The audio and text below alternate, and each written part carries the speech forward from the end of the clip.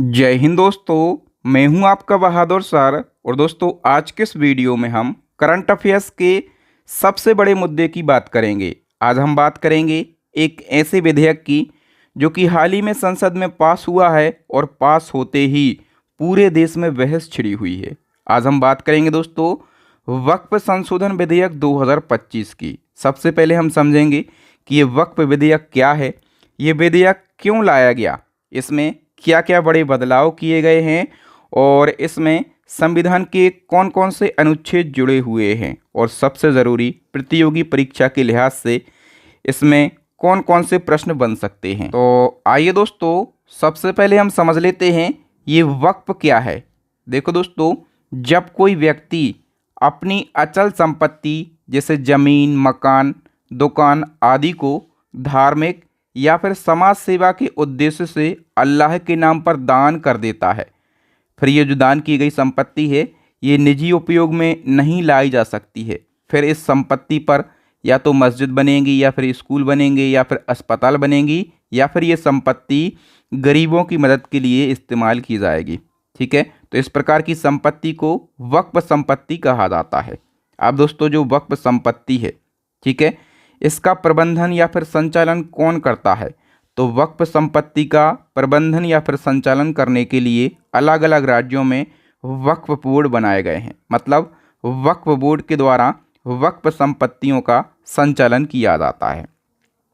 आगे हम बात करें दोस्तों कि ये जो मुद्दा है इतना बड़ा क्यों है, इसमें सरकार या फिर लोग माथा क्यों लगा रहे हैं? तो देखो दोस्तों, भारत में तीसरे स्थान पर सर्वाधिक भूमि जो है ये वक्फ बोर्ड के पास में है। मतलब आप समझ रहे हैं, सबसे ज़्यादा भूमि वाले जो निकाय या फिर बोर्ड हैं, सबसे ज़्यादा भूमि इंडियन आर्म फोर्स के पास में है। 17 लाख एकड़ भूमि, इसको 18 लाख आप बोल सकते हैं, 17.99 लाख एकड़ भूमि इंडियन आर्म फोर्स के पास में है। फिर दूसरे नंबर पर इंडियन रेलवे के पास में 12 लाख एकड़ भूमि है और तीसरे नंबर पर वक्फ बोर्ड के पास में भूमि है कितनी? 9.4 लाख एकड़ भूमि। मतलब भूमि का बड़ा क्षेत्र जो है ये वक्फ बोर्ड के पास में है और इसीलिए इसमें दिमाग खपाया जा रहा है। ठीक है, तो दोस्तों क्या बड़े बदलाव किए गए हैं इस विधेयक के माध्यम से? तो देखो दोस्तों, वैसे तो 14 जो है संशोधनों को मंजूरी दी गई है, लेकिन जो बड़े बदलाव हैं, तो सबसे बड़ा बदलाव है महिला उत्तराधिकारी होने पर संपत्ति वक्फ में नहीं जाएगी। पहले ऐसा था, यदि किसी मुस्लिम भाई के पास में पुरुष उत्तराधिकारी नहीं है तो वो संपत्ति कहाँ चली जाती थी?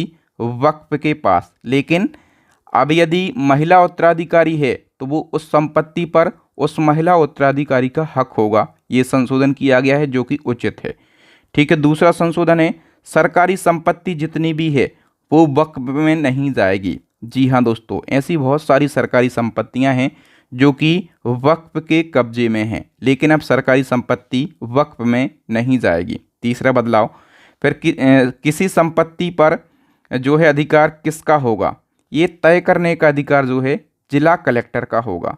पहले उत्तराधिकारी नहीं है तो उस पर अधिकार जो है वक्फ बोर्ड कर लेता था, लेकिन अब ये जो अधिकार है ये जिला कलेक्टर को दे दिया गया है। ठीक है, फिर दोस्तों एक वक्फ परिषद बनाई जाएगी जिसमें 22 सदस्य होंगे।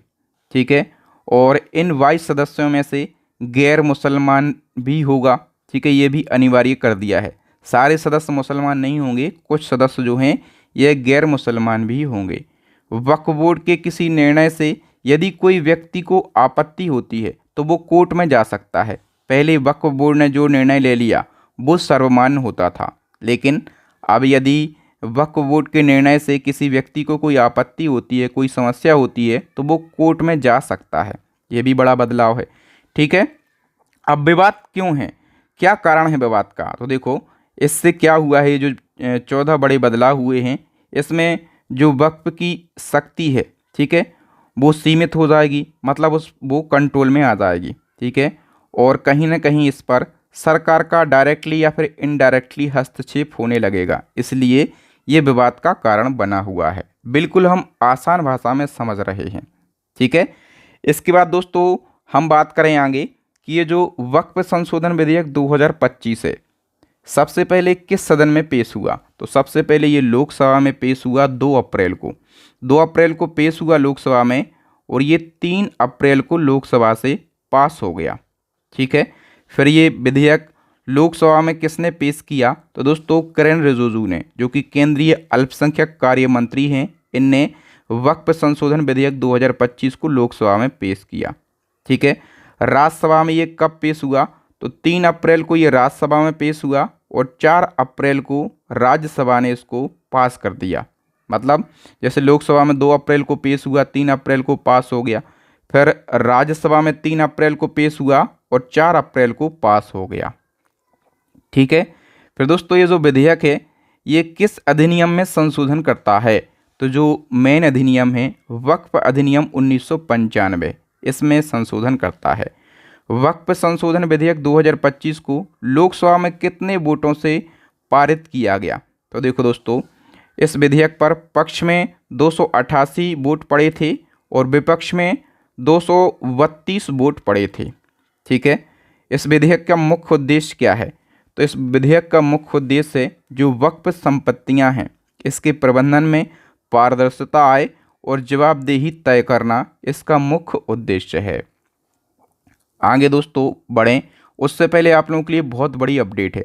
यदि आप चाहते हैं करंट अफेयर्स के हर ट्रेंडिंग टॉपिक को पढ़ना, जैसे यहाँ पर हम वक्फ संशोधन विधेयक 2025 को पढ़ रहे हैं बिल्कुल आसान भाषा में। यदि आप करंट अफेयर्स के इसी प्रकार के सारे ट्रेंडिंग टॉपिक को पढ़ना चाहते हैं तो आप हमारी ई बुक को परचेस कर लेना। इस ई बुक में आपको टॉपिक वाइज करंट अफेयर्स तो मिल ही जाएगा, साथ में मंथली वाइज करंट अफेयर्स भी मिल जाएगा। और जो दूसरी ई बुक है वो स्टैटिक जीके की रामायण ई बुक है। तीसरी ई बुक साइंस की रामायण ई बुक है। अभी बहुत सारे एग्जाम आने वाले हैं, एनटीपीसी ग्रुप डी, उसमें साइंस जो है महत्वपूर्ण पार्ट होता है। तो इन तीनों ई बुक को परचेस कर लेना। यदि आप इन तीनों ई बुक को एक साथ परचेस करते हैं तो अभी एक ऑफर चल रहा है, 150 में आपको तीनों ई बुक मिल जाएंगी। बहुत सारे बच्चे कमेंट कर रहे हैं कि सर ये ई बुक हम कैसे खरीदें? तो उसके लिए एक आसान तरीका है, आपको एक QR कोड दिख रहा होगा, इस पर आप 150 रुपीज़ का पेमेंट करेंगे और पेमेंट करने के बाद पेमेंट सक्सेसफुल का स्क्रीनशॉट इस व्हाट्सअप नंबर पर भेजेंगे तो 5 सेकंड के अंदर आपको तीनों ई बुक आपके व्हाट्सअप पर ही मिल जाएंगे। है ना बिल्कुल आसान तरीका। तो अभी के अभी स्कैन करके इस QR कोड पर पेमेंट कर दीजिएगा। चलो हम आगे बात करें। वक्फ संशोधन विधेयक 2025 को संयुक्त संसदीय समिति यानी कि JPC ने कब मंजूरी दी? तो 30 जनवरी 2025 को मंजूरी दी थी। फिर दोस्तों इस विधेयक में कितने संशोधन प्रस्तावित किए गए थे? 44 संशोधन प्रस्तावित किए गए थे, लेकिन दोस्तों JPC ने केवल 14 संशोधनों को मंजूरी दी है। ठीक है, पूछा भी जाएगा कि इस विधेयक में कितने संशोधनों को कैबिनेट ने मंजूरी दी है? तो केवल 14 संशोधनों को कैबिनेट ने मंजूरी दी है। बताइए दोस्तों इस विधेयक को JPC ने कितने बैठकों के बाद मंजूरी दी? तो इसके लिए 36 बैठकें करनी पड़ी। 36 बैठकें करने के बाद संयुक्त संसदीय समिति ने इसको मंजूरी दी है। अब दोस्तों ये जो विधेयक है वक्फ संशोधन विधेयक 2025, इसको कैबिनेट ने कब मंजूरी दी? तो कैबिनेट ने इसको 19 फरवरी 2025 को मंजूरी दी थी। ठीक है, फिर दोस्तों इस विधेयक का नया नाम क्या प्रस्तावित है? इसका नया नाम रखा जाएगा दोस्तों उम्मीद। उम्मीद को हिंदी में कहेंगे एकीकृत वक्फ प्रबंधन सशक्तिकरण दक्षता और विकास अधिनियम।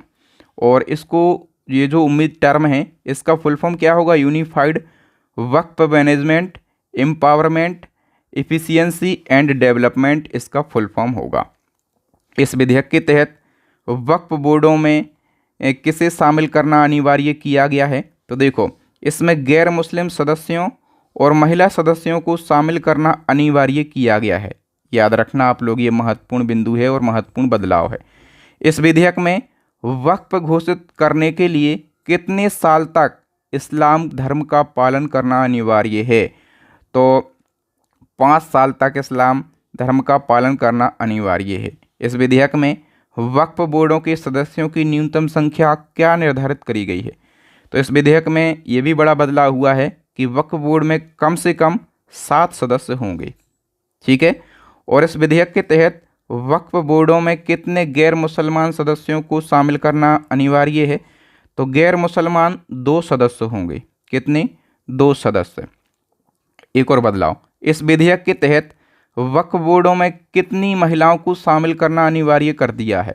तो देखो 2 महिलाओं को शामिल करना अनिवार्य किया है। क्यों किया है? क्योंकि इसमें महिलाओं के हक की बात हो रही है। यदि महिला उत्तराधिकारी है तो वो संपत्ति वक्फ संपत्ति नहीं कहलाएगी, इसलिए महिलाएं भी इस बोर्ड में रहना जरूरी है, तभी तो सही निर्णय हो पाएगा। ठीक है। इस विधेयक के अनुसार वक्फ संपत्तियों का सर्वेक्षण कौन करेगा? अब वक्फ संपत्तियों का सर्वेक्षण जो है जिला कलेक्टर करेगा। पहले ये काम सर्वेक्षण आयुक्त के द्वारा किया जाता था। ठीक है। फिर बताओ कि इस विधेयक के अनुसार जो वक्फ संपत्तियों का प्रबंधन है वो कौन करेगा? तो देखो ये तो मुतवल्ली ही करेगा, पहले भी यही करता था। ठीक है। मुतवल्ली क्या होता है? तो वक्फ प्रॉपर्टी का मैनेजर होता है, जो कि वक्फ बोर्ड के द्वारा नियुक्त किया जाता है। नेक्स्ट, विधेयक के अनुसार वक्फ बोर्डों के निर्णयों की समीक्षा कौन कर सकता है? पहले वक्फ बोर्ड के पास में ये शक्ति थी कि उसने जो निर्णय ले लिया है वो सर्वमान्य होगा, उसको कहीं भी चुनौती नहीं दी जा सकती थी। लेकिन अब इसकी समीक्षा उच्च न्यायालय करेगा। इस विधेयक में वक्फ संपत्तियों के अतिक्रमण को रोकने के लिए क्या उपाय किए गए हैं? जो वक्फ बोर्ड है दोस्तों, ये संपत्तियों पर अतिक्रमण कर लेता था। ठीक है। लेकिन इसके लिए सख्त कानूनी कार्रवाई और दंड के प्रावधान किए गए हैं। इस विधेयक के अनुसार वक्फ संपत्तियों का ऑडिट कौन करेगा? तो ऑडिट जो है ये राज्य और केंद्र सरकार के द्वारा किया जाएगा। मतलब कहीं ना कहीं अब दोस्तों वक्फ पर सरकारों का हस्तक्षेप शुरू हो गया है। ठीक है। जो कि मनमानी को रोकेगा और पारदर्शिता लाएगा। इस विधेयक में वक्फ संपत्तियों के दुरुपयोग को रोकने के लिए क्या कदम उठाए गए हैं? तो ऑडिट अनिवार्य किया गया है और जिला कलेक्टर की जांच को शामिल किया गया है। इस विधेयक के अनुसार वक्फ संपत्तियों का डेटा कहां पर संग्रहित यानी कि स्टोर किया जाएगा? तो इसके लिए एक केंद्रीय ऑनलाइन डेटाबेस बनाया गया है और उस डेटाबेस में वक्फ संपत्तियों का डेटा स्टोर किया जाएगा, ताकि उसमें किसी प्रकार का संशोधन ना किया जा सके, किसी ऐसी संपत्ति पर दावा नहीं किया जा सके कि ये वक्फ बोर्ड की संपत्ति है। जैसे आए दिन ऐसे न्यूज़ देखने को मिलती है कि बोले ये फलानी संपत्ति पर इन्होंने दावा कर दिया कि ये वक्फ बोर्ड की संपत्ति है। फिर बताओ कि इस विधेयक के पारित होने के बाद वक्फ संपत्तियों का ऑनलाइन पंजीकरण कितने समय में अनिवार्य किया गया है? तो 6 महीने के भीतर जो है वक्फ संपत्तियों का ऑनलाइन पंजीकरण अनिवार्य किया गया है। फिर इसी क्रम में एक और क्वेश्चन है, इस विधेयक में वक्फ संपत्ति का सर्वेक्षण कितने समय में पूरा करना अनिवार्य है? तो 6 महीने के भीतर। बताओ इस विधेयक में किस धारा को हटाया गया है? तो दोस्तों धारा 40 को हटाया गया है। इस धारा को हटाकर वक्फ बोर्ड के मनमाने दावों पर रोक लगाई गई है। बताओ इस विधेयक को किसने भविष्योन्मुखी कहा है? तो दोस्तों जो वक्फ संशोधन विधेयक 2025 है इसको भविष्योन्मुखी कहा है किरेन रिजिजू ने, जो कि केंद्रीय अल्पसंख्यक कार्य मंत्री हैं।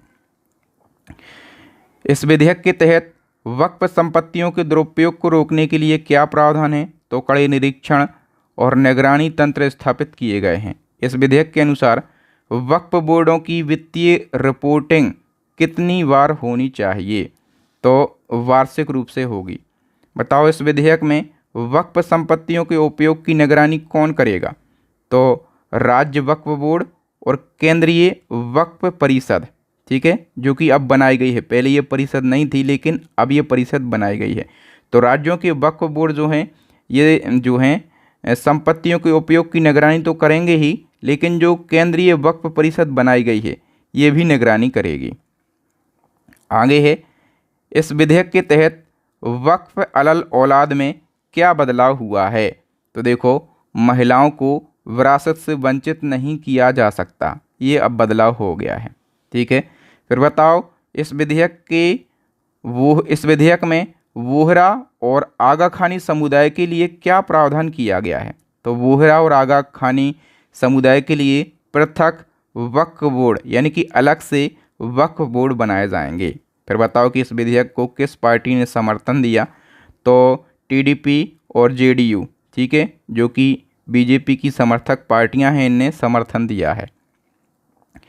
इस विधेयक के तहत वक्फ संपत्तियों को लीज पर देने की प्रक्रिया में क्या बदलाव हुआ है। तो देखो, वक्फ बोर्ड के पास में जो संपत्ति है उसको लीज यानी कि किराए पर दे दिया जाता था। अब इसमें क्या बदलाव हुआ है, तो लीज प्रक्रिया को अब किराए पे तो आप दे सकते हैं, लेकिन जो लीज की प्रक्रिया है उसको पारदर्शी और प्रतिस्पर्धी बनाया गया है। इस विधेयक के अनुसार वक्फ बोर्डों के अध्यक्ष का चयन कैसे होगा। तो देखो, बोर्डों के जो सदस्य हैं दोस्तों, उनके द्वारा चुनाव के माध्यम से वक्फ बोर्ड का अध्यक्ष बनाया जाएगा। इस विधेयक के अनुसार वक्फ संपत्तियों के विवादों का समाधान कौन करेगा, तो वक्फ ट्रिब्यूनल जो है इसका समाधान करेगा।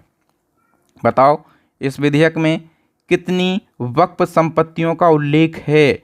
तो देखो दोस्तों, कितनी वक्फ संपत्तियां हैं, 8.72 लाख। समझ रहे आप लोग, मतलब हो सकता है कि एक टुकड़ा 1 एकड़ का हो, एक 5 एकड़ का हो, एक 0.5 एकड़ का हो, ठीक है, एक 15 एकड़ का हो। ऐसे कितने टुकड़े हैं संपत्तियों के इस बोर्ड के पास में, तो 8.72 लाख जमीन के टुकड़े हैं। ठीक है, फिर दोस्तों इस विधेयक में कितने एकड़ जमीन वक्फ बोर्ड के पास में होने का उल्लेख है। कितने एकड़ ज़मीन, तो 9.4 लाख एकड़ ज़मीन जो है ये वक्फ बोर्ड के पास में है। बताओ, इस विधेयक में वक्फ संपत्तियों की आय का अनुमान कितना है, मतलब कितने की संपत्ति है ये, आय का अनुमान मतलब कितनी आय होती है, तो 12,000 करोड़ रुपए। फिर दोस्तों एक और प्रश्न बनेगा कि इस विधेयक में जो वक्फ संपत्तियां हैं टोटल, तो वक्फ संपत्तियों की कीमत कितनी बताई गई है, 1.2 लाख करोड़ रुपए की कीमत बताई गई है। बताओ दोस्तों, इस विधेयक को किसने तैयार किया, केंद्र सरकार के द्वारा ये विधेयक तैयार किया गया। इस विधेयक में वक्फ बोर्डों के कर्मचारियों की नियुक्ति में क्या बदलाव किया गया है। पहले बोर्ड ही नियुक्ति कर लेता था, लेकिन अब योग्यता आधारित चयन प्रक्रिया अपनाई जाएगी, मतलब बाकायदा तरीके से वैकेंसी निकलेंगी इस बोर्ड के अंदर। बताओ दोस्तों, विधेयक के तहत वक्फ संपत्तियों की बिक्री पर क्या प्रतिबंध है। तो देखो, वक्फ संपत्तियों की जो बिक्री है इस पर पूर्णतः प्रतिबंध लगा दिया। ऐसा नहीं कि कहीं की ज़मीन जो है ये महंगी हो गई तो आप इसको बेच के दूसरी जगह ज़मीन ले सकते हैं।